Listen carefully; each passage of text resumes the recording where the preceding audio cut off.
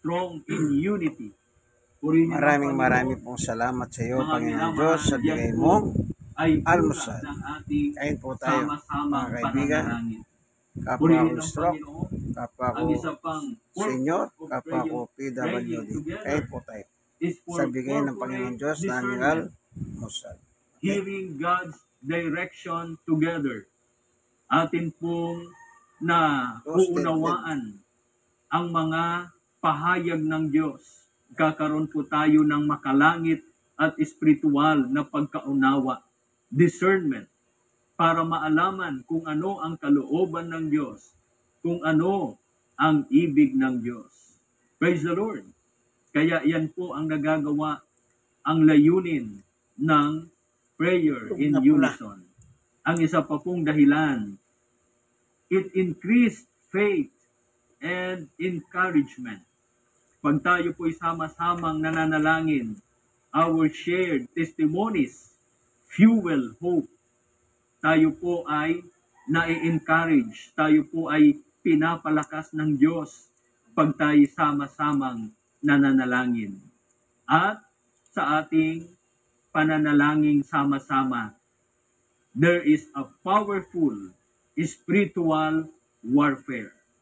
Meron tayong makapangyarihang sandata, united front against darkness. Meron tayong lakas ng loob at kapangyarihan sa pamamagitan ng ating sama-samang pananalangin. Praise the Lord. Bagamat mayroong mga barriers to unified prayer. At ito ang dapat nating iwasan at dapat nating mapagtagumpayan. Ang una ay ang disunity and unforgiveness. Yan po ang sabi sa Mark 11:25. And when you stand praying, if you hold anything against anyone, forgive them, so that your Father in heaven may forgive you your sins. Yan po ang mga barriers ng ating unified prayer. Na pag tayo ay mayroong unforgiving heart, pag tayo po ay mayroong mga disunity. Kaya kinakailangan po sa united prayer, tayo mismo ay united in relation sa ating mga intensyon. Nagkakaisa tayo. Purihin ng Panginoon. Hindi tayo magpapadistract sa anumang mga gawa ng kaaway, sa mga pag-aalinlangan at sa anumang mga di kalooban ng Diyos. Kaya mga minamahal, prayer must be done with a pure heart. Tayo po ay manalangin na may dalisay na puso. At paano natin pagyayamanin ang ating prayer in unison? Cultivating effective unison prayer. First, we must have an intentional gatherings. Kaya sa church, meron tayong mga prayer meeting, daily morning devotion. We are prioritizing prayer meetings. Purihin ang Panginoon. Kaya tayo po, ang church, na araw-araw ay may sama-samang panalangin. To God be the glory. Yan po ang legacy. Yan po ang kultura mula sa ating late Apostle Arsenio Ferriol na ngayon ay ipinagpapatuloy ng ating living Apostle Jonathan Ferriol. Praise the Lord. We have an agreement in spirit. We are praying in alignment with God's Word. Purihin ang Panginoon. Kaya sa prayer, maminamahal, meron tayong listening and responding. Not just speaking, but discerning. Kaya ang salita ng Diyos, ang ating panalangin ay laman ang salita ng Diyos. Kaya meron tayong pagkakaisa at we are encouraging participation. Lahat tayo ay nagsasalita sa panalangin. Kaya sa corporate prayer, bagamat may mga prayer leader, pero ang ating bahagi ay ang sumang-ayon, to affirm, to respond, to confirm what is the object of prayer. Kung ano po ang ating pinagkakasunduan sa panalangin.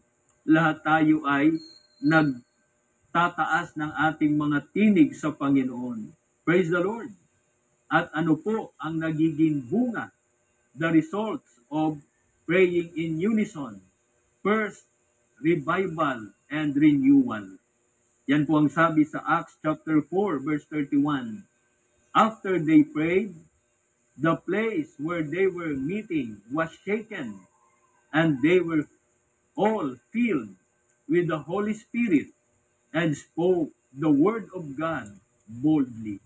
Praise the Lord. Kaya sa prayer in unison, mayroong revival and renewal. Kaya sa biyaya ng Diyos, ang PMCC Fort Watts ay isang revived and renewed Church of Christ in the end time. We are not another church, but we are the same church as the early church. Purihin ang Panginoon. Kaya napakabuti ng Diyos sa atin, sapagkat kagaya ng unang iglesia, ito ang mukha ng PMCC Fort Watts. Gayon din sa ating prayer in unison, there are miraculous breakthroughs. There are miraculous breakthroughs. Sa panahon nila Apostol Pedro, marami pong mga himala, marami pong mga dakilang gawa ang Diyos. Kahit sa personal na kalagayan ng mga apostol, nang si Apostol Pedro ay makulong dahil sa pangangaral, siya'y dinakip, inusig. Pero nang manalangin ang buong iglesia, siya ay pinalaya ng mga anghel ng Panginoon. Yan ay nasa Acts chapter 12, verses 5 to 17. Peter was released from prison because of the united prayer of the church. Kaya as we are united in prayer, there are miraculous breakthroughs. Praise the Lord. Kaya sa ating mga sama-samang pananalangin, mga minamahal, gumagawa ang Diyos na makapangyarihan. So, let us pray together. Yan po ang call to action. We must commit to praying in unity. Kaya sa prayer power, ipinagpipray ang ating mga prayer request. Tayo naman na sumusubaybay, dapat tayo ay makiisa sa panalangin. Dapat tayo magkaroon ng affirmation, magkaroon tayo ng pagsang-ayon sa mga ipinapanalangin. At doon, ang Diyos gagawang makapangyarihan. Glory to God. Tayo po'y manalangin. Salamat po, Amang Banal, sapagkat tinuruan mo kami sa iyong iglesia na manalangin sama-sama at nagkakaisa.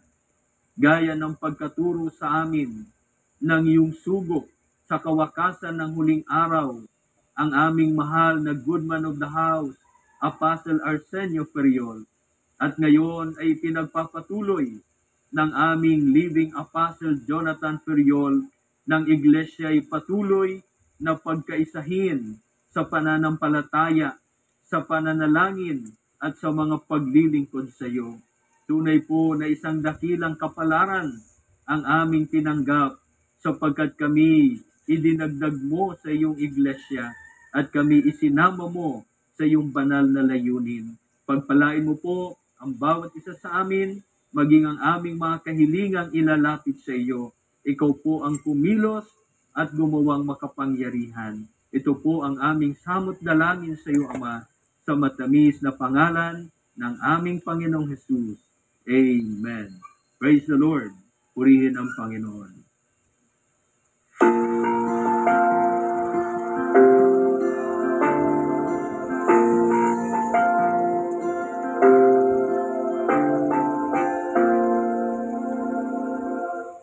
Praise the Lord. Thank you so much po, Pastor Henry Arandin.